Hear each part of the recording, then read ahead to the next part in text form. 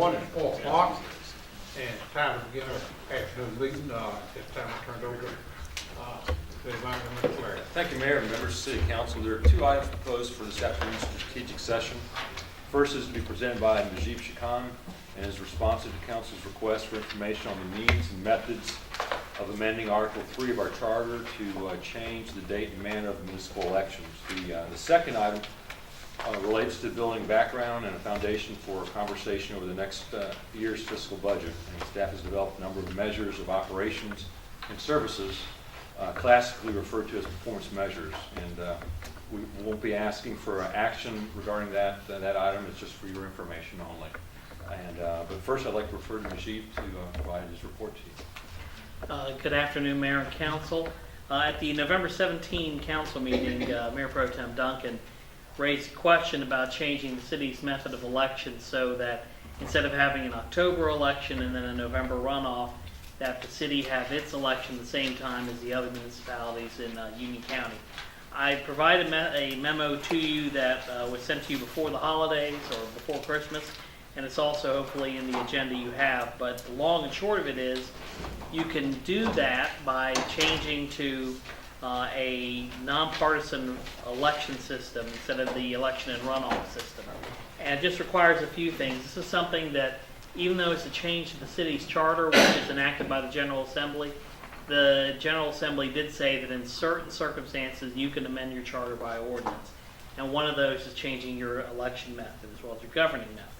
So what you would have to do, if the council wanted to move forward with it, is at a future meeting we would bring to you a resolution of intent to make that change. And then it starts a process where you then, after adopting the resolution of intent, which describes what you're going to do in terms of, or possibly do, you'll have a public hearing to allow the public to weigh in on it. And then the notice of hearing for that has to be published in the paper, in a paper of general circulation, which really means 1 to 2 papers. The Inquirer Journal is what we typically use. And then after that hearing, and then no later than 60 days, you could adopt the amendments if you wished. You also have the right to not adopt them, of course. And if you do adopt it, then a notice gets published summarizing what those changes are.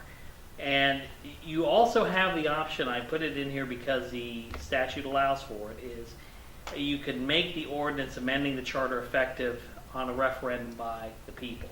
Of course, you'd have to determine when you'd have a referendum. Would it be at the next election and in the next cycle in 2016, which would mean a special election for that, or it'd be part of the primary or the general election in 2016, or you can wait and do it in 2017, which would not mean there would be any changes to your system in 2017. So long and short of it is, you just have to let us know if that is something council wants to do, and we'll be happy to provide the resolution of intent and set this for a future meeting and go from there. I'm happy to answer any questions you might have. Just I want to get clarification. It was mentioned that it was not known when we changed our charter to the current system. Did you happen to research that and find out when that charter had been changed? I did not. I apologize for missing that. I will be happy to do so and bring that back to council. Oh, this is no problem. It's just that I wasn't aware that that it had been changed. So, I was thinking that our charter is the way it was when it was originally presented with regard to the way we hold our elections. I just didn't know if that had been changed.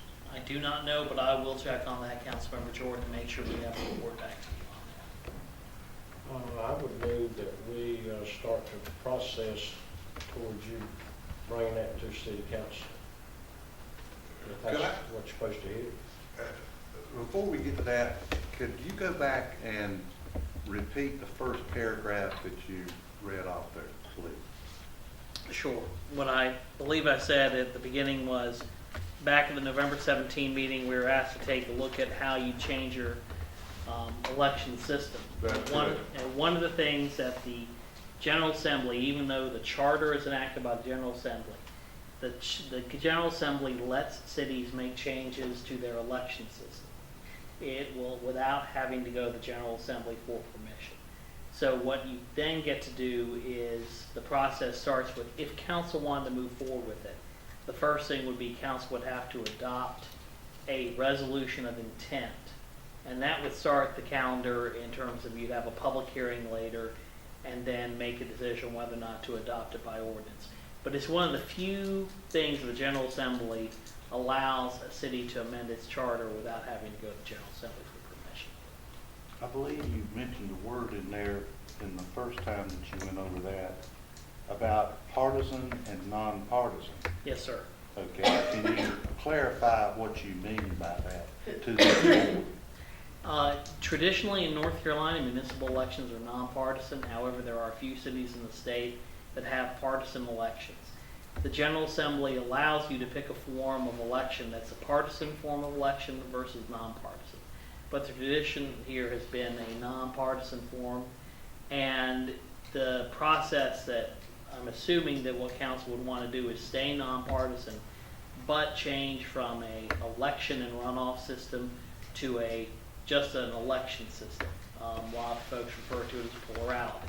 Okay, so you don't have to do both. You don't have to change from partisan to nonpartisan or nonpartisan to partisan if you change the election cycle. That's correct, because it can be still a nonpartisan system. You just move to an election only instead of election only. Okay. Just one other question. Yes, sir. When was we did this, we went through this process recently, and I say recently, it's been within the past few years. When did we do that? When That was did in 2009, and you actually started the process, and from the minutes, it looks like you may have gotten to, the point where there was a resolution of intent that had been drafted, and in fact, the process then not only was discussing changing your election system, but it was also changing the mayor's terms from 2 to 4 years. But somewhere between the time it was discussed by council, there was a decision to not move forward with the resolution of intent or move forward with that process. So back in 2009. But we held a public hearing. You held a public hearing, but then I think you stopped the process after that. I thought there was a vote after that public hearing by the council to not change the system. My recollection, I don't have the minutes in front of me, was there was a decision a vote to reconsider, I believe, but it could have been the same exact thing, which was the council just elected to stop the process. And that was 2009. Yes, sir. Okay. Secondly, or next, then, do you have any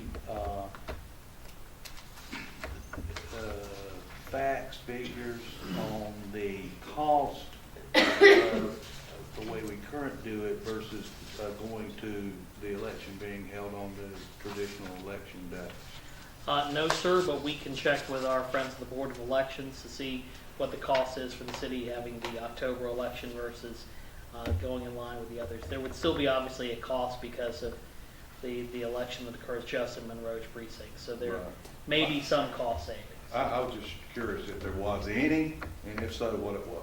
Yes, sir. One question, is we have an option of changing and choosing either partisan or nonpartisan. And so if we change the election cycle to November, if there were runoff, it would be in December? On that case, ma'am, given that the primary system tends to not have a runoff in December, most places the primaries or usually a little earlier if it's a partisan system. For example, in at least 2 cities in North Carolina, primaries are done in September with October, in some cases September, and then the general in November with no additional runoff. But it would depend on what system you wanted to move forward. I heard somewhere that there would be a savings somewhere between $7,000 and $15,000 to, I don't know if I'm correct or not, might be totally wrong. That's the number that I heard. We will look to see what the costs are and try to see if we can find any information where there's been any studies on. Well, I'll put it up again, that we asked for a resolution, we're gonna keep it nonpartisan, and that the vote would be held in November rather than October. Yeah, I'd like to see the same thing. I think that a lot of people just don't think of October 6th as an election day. And, you know, the goal here is to get more people out to vote. And so I'd like to see us adopt that public resolution of intent so that Monroe votes when all the surrounding cities vote, and that's in November.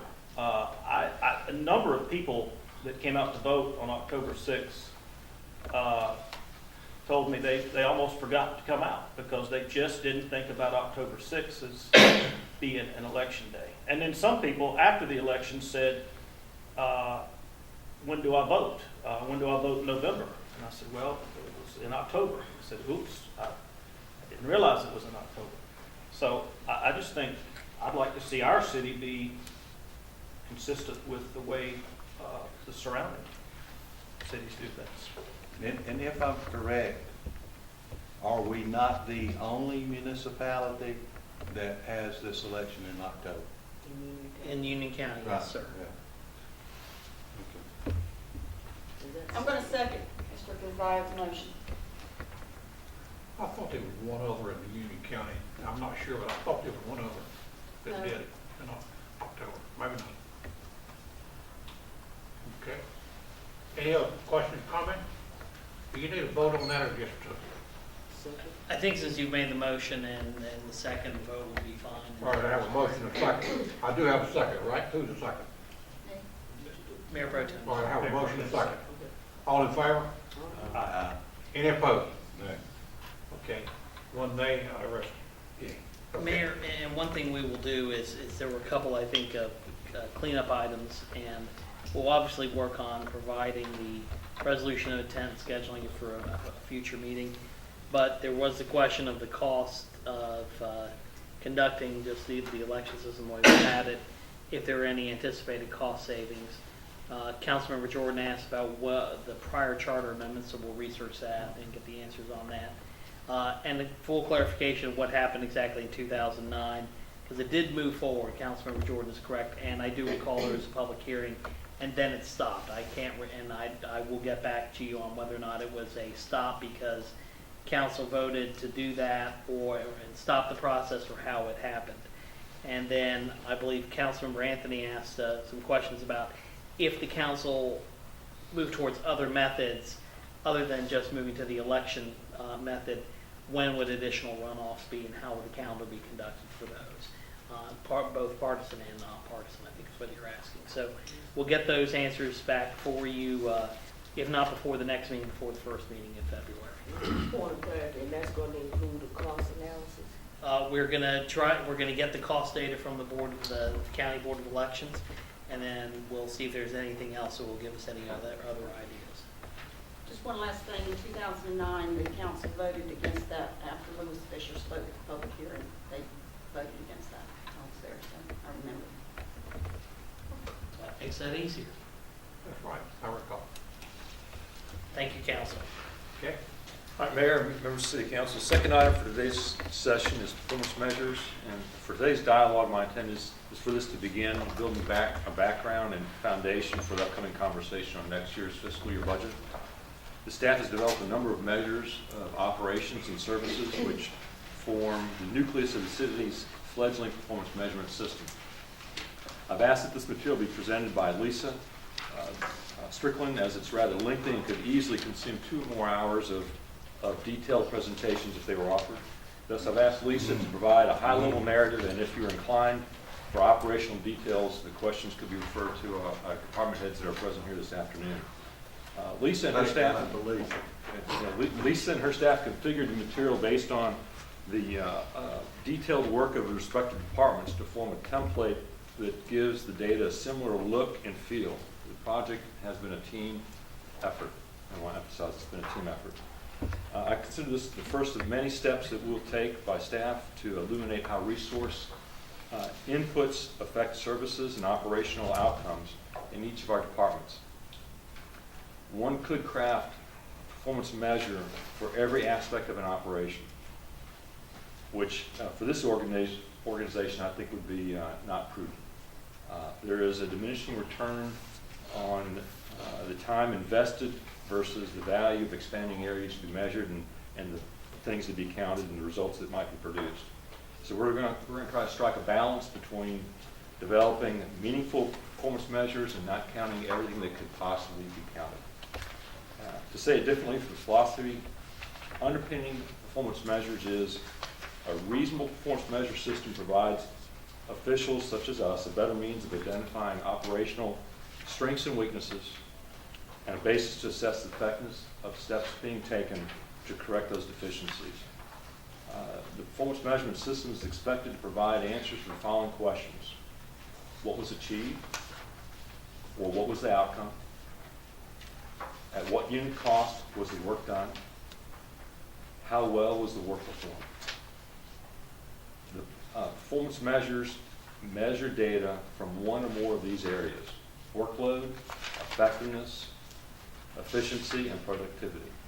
So with emphasis, I restate that the results you're going to hear of today is one of several steps we're taking to instill a performance measurement programming system. This product is the beginning, and one that I'm very pleased with the accomplishment of our staff to bring it to this product that you're going to hear. It's easily taken 3 to 5 years and other places I've been to get to this moment.